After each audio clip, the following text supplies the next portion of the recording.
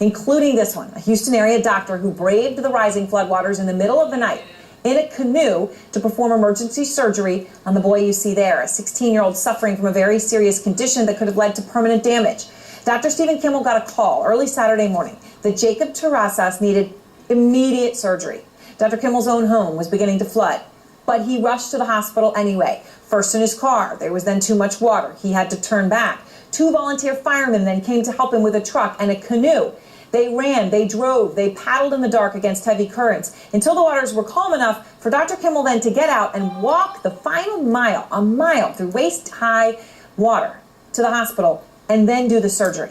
It's an incredible story. While Dr. Kimmel was at the hospital, in the meantime, his family, his house flooded. His family had to be rescued from rising floodwaters in their home.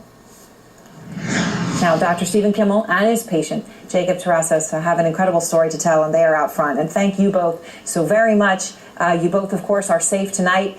Dr. Kimmel, let me just start with you, that story. After all of that, then trying to get through waist-deep water to get there, tell us about that journey.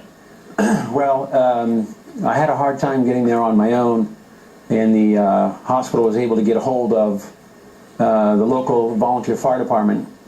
So William and Kevin knocked on my door, and he said, "We're going to run for a while, Doc." So we ran through the flooded streets, and it was pretty windy and rainy. And then, as you said, we went by canoe, and then by William's pickup truck, and by canoe again.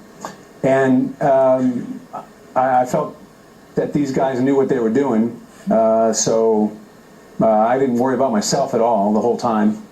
And we got there in pretty good time, considering how we had to go. And how long did, usually I know it takes you only, 10 or 15 minutes to get to work. It took you a lot longer, obviously. Yeah, about 15 minutes. I'd say it took us probably about an hour all told. And I know at that time, Doctor, your own house was starting to flood. You obviously, you didn't have any second thoughts. You, of course, went straight when you were called. Well, certainly somebody had to take care of this young man, and so I thought, well, if I can do it, I certainly should. And so he was on the way to our institution, and I was glad I was able to make it. Jacob, I know you must feel so grateful to Dr. Kimmel and so blessed, but you must have been afraid. I mean, you were facing an emergency. Were you scared? Yes, I was really scared. And I know you didn't have an easy time getting to the hospital either, Jacob, with all the floodwaters rising. Tell me how you got there. Well, we were in a paramedic truck, and we were going down, I guess, the feeder, and we were telling them, well, they were telling us that they were, it was flooding, and they were trying to make it, but then I woke up, and my mom was looking at me. She was saying that I saw the water, and we had to get out, and I was kind of lost, but tired, and one of the paramedics carried me to the side of the highway, and after that, we waited for a little bit. It was raining. My mom, my sisters, they were just standing there wet. I was getting wet, cold. We were all cold, and we waited for a truck to get here. And we got in the truck, we left the paramedics, and after that we went to fire department, I think, and we waited for a big truck to get there, and once the truck got there, we all went in there, and then we headed here, and then I was happy, I was warm with the blankets, and after that I didn't really remember nothing. Yeah.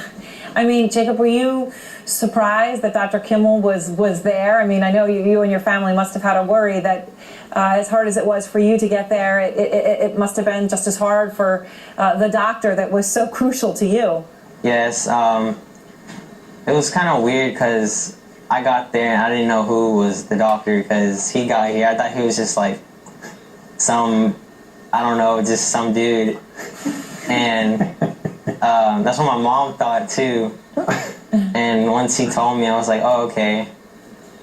I wasn't dressed like this.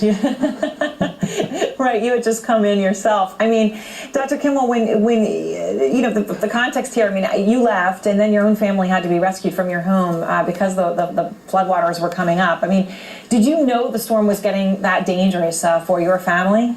No, and I think a lot of people were very surprised at just how quickly the water came up in our city as well as in Greater Houston. I don't think anybody really expected the ferocity that we saw.